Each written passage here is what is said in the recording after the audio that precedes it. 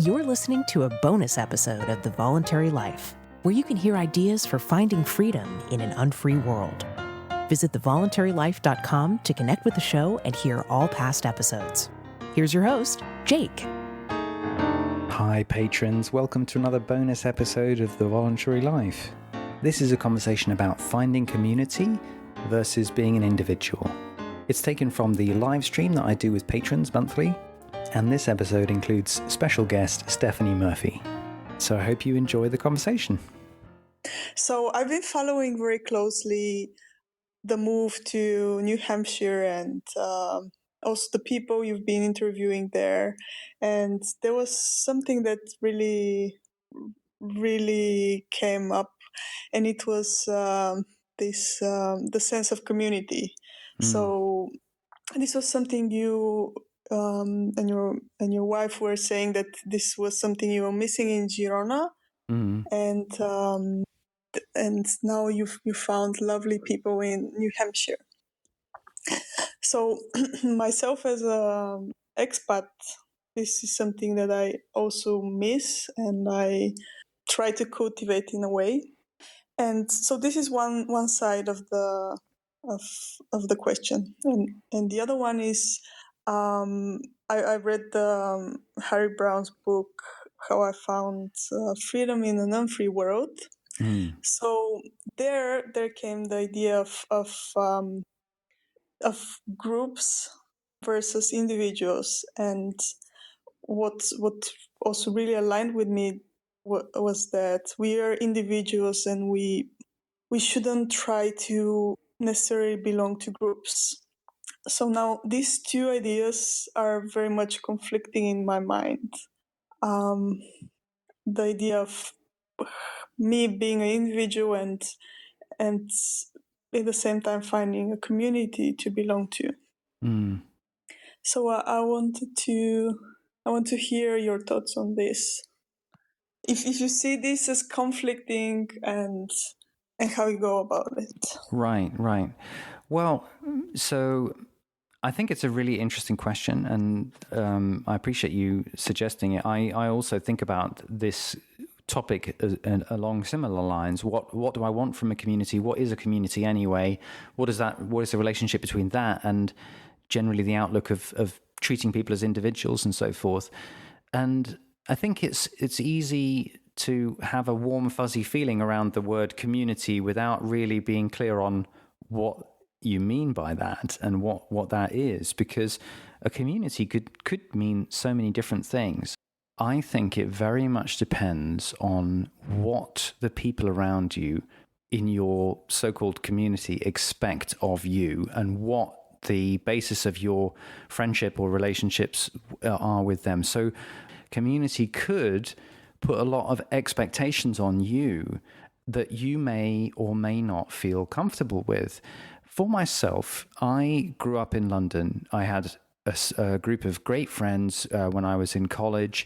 We all got on really well, and they were all very clever people who were very much interested in ideas, and we had lots of late night discussions and so forth. And as we went through college and started to get older and started to get involved in work, a lot of my friends became more and more involved in political oriented types of work. They got involved in the state and in political types of work, that being lawyers and stuff, and generally just being involved in, if you like, the establishment in a way that I grew away from, and I grew in a different direction. I became more and more involved in entrepreneurship. And I noticed that when we would talk about things, we had a very different outlook on life. And as I started to think more and more about what would matter to me and what is important to me, and how I can contribute to making the world better, and the things that I really value, like voluntary relationships and creating businesses and providing, improving the world through entrepreneurship and stuff like that. It's a very different idea from some of my friends who were very much involved in, voting for this or that politician. One of my friends who actually got involved in working for a political party. Another one was a lawyer who was very involved in governmental stuff. And so at that point, it sounds like you had a choice. You could either kind of fall in with the herd and do the same things that they were doing, even though that wasn't really what you were interested in, who you were. Or you could kind of say, well, you know what? I've realized that we really have nothing in common. So these people aren't really a supportive community because they're kind of asking me to compromise my values in order to fit in with them. Yeah, and it's not even that I was really being specifically asked to do anything, but it's just that if you're in a situation where you realize that you just see the world very differently from other people, then to what extent can you really have a deep conversation? And there is people who I enjoy hanging out with who we would probably see the world completely differently when it comes to politics or philosophy or things like that. But it doesn't really matter because we don't really have that deep conversations. But I actually do feel like I want to connect with people and really want to feel like I'm visible, you know, in terms of the things that matter to me, and also that I can talk about them, that I don't have to, there's not like an elephant in the room or something. So to carry on with that example, that was less and less the case with these people. You know, I'm very lucky that it was also, I was in a relationship at the time that it became obvious it was less and less the case with, and I'm very lucky that I went through this really difficult transition where I realized that that whole circle of friends was not kind of where I wanted to go in life. That relationship that I was in was not right for me. And through a lot of difficult change, I eventually got together with my now wife, and, you know, we have a great relationship. And that relationship is one which I feel like I can be myself and be visible, and she is herself. And we have a hugely shared outlook on life, but we don't try and force each other to be something that we're not. Yeah. And so we're able to be individuals even though we're in a relationship. Now, to come back to the community aspect, in New Hampshire, what I found is that I'm not interested in, if you like, official communities. I've just found that there are a lot of people who have very interesting pursuits in life that are much more aligned with things that matter to us, like entrepreneurship, peaceful parenting. And that, to me, meeting those individuals is what I value as in terms of community. Like, it's not the fact that that Hannah and I are going to have like a committee meeting with Stephanie and a bunch of other people, right? We actually just meet as individuals. But when you sum up all those individual meetings, and of course parties and joint things and people getting together, that becomes a community. I'm less interested in official communities where there's a sense of obligation that you've all got to turn up, you know, and do X, Y, and Z. Because what happens in those situations is often you have to align yourself around a shared cause. You have to be wanting to go and do some specific thing together. If you find something like that is of interest, great. But when I talk about community, I am really talking about individuals. It just so happens that in some parts of the world, there's a bigger concentration of individuals who have a shared outlook. And what's really important to us now, for Hannah and I, we've been able to meet wonderful people around the world, and we've been able to share and have friendships like you just mentioned, Stephanie, continuing our friendship over Skype and stuff. And that's worked really well. And traveling has been easy like that. But the difference now is that with Freya, with our daughter, she can't maintain friendships like that. She can't have... She can't use Skype. Right, exactly. She can't use Skype. And it's not fair in a way to expect her to be able to maintain long distance friendships. So what we're really thinking is, how do we find a place where there are people around who also have a similar approach to parenting, who we could hang out with, that would be a good supportive environment for our daughter. And that's sort of one of the things that it's difficult to find. Like I mentioned, my circle of friends. Another thing that we noticed in the UK when my wife was pregnant with Freya, we went to some prenatal classes and met some very nice people, but it became obvious after a while that they were going to have a very different approach to parenting to us. Yeah. And so, you know, that's the kind of thing that really matters. So I have a pithy soundbite to I think sum this up. I think maybe this will be what Kate's looking for. I hope so. Anyway, so I would define the ideal type of community as one that's built around shared values. And in order to know what kind of community to seek out and what values you want to seek out in your community, what shared values, you have to know who you are as an individual and what values are important to you. Then you can go out and seek a community. So you have to have a strong sense of individual, self-knowledge, or you have to have a sense of who you are as an individual in order to know what kind of community you want around you. I think that's very well put. And the way I would also continue with that is to say that in life, in my experience, you have these two choices where you just happen to be born in a particular set of circumstances, in a particular family, in a particular town, in a particular country, and you happen to go to school and meet a bunch of particular friends. And you have a choice in a way to either adapt yourself to make the most out of that. And that often means trying to read what the people in your life want and trying to adapt yourself to that.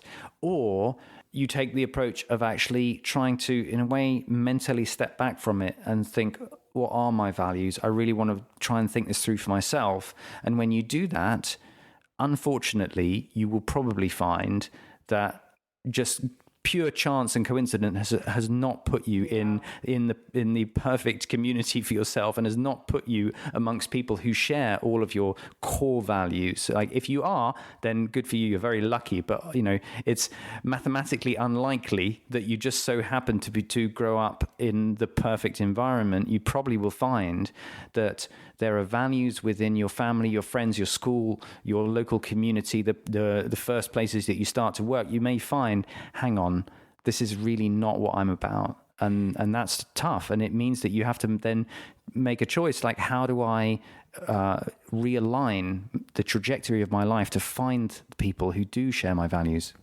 Yeah. And I just want to add to that. I really like what you said there, Jake. And I think that if you have grown up around a community that was sort of like ready-made, but doesn't actually fit your values, you can be left with the sense that, like, well, something's right, something's not right. I don't really feel like I fit in with these people, or I feel like I'm different somehow, but I'm not sure how. Like, how do you actually get to the root of who you are? How do you discover what your values are? That can be a very difficult thing for some people, especially if they've not had the support or encountered anybody as an example of embodying values that really do align more with their own. What do you think? Like, what's a good way to get to know yourself if you're struggling with that?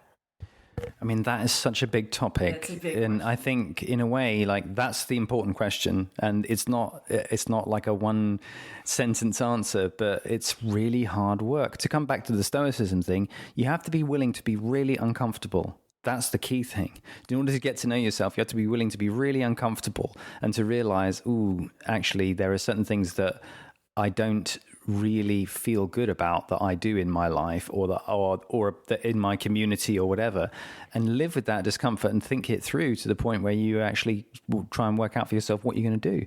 But that, in a way, is the most rewarding, challenging, and difficult path to take in life, to determine your own life. Yeah, I think we should ask Kate for some feedback at this point. Definitely. What do you think, Kate? Hi. Yes, this is a lot of input, actually. I think for me, it's the time of my life where I've been redefining what I am and rediscovering, and in many ways, the friends I had, or the community, is slowly fading away. There have been a few groups that I have been actively involved in, and I am starting to lose interest in that. And in a way, I feel alone with these new values of my own and this newly discovered self. And this is the moment where I start missing the community and the support. And I see it as a way of, this is the price that I'm paying for my growth. But maybe in the same time, I have to be patient with it and just look around and wait for the moment where more people like me would show up in my life.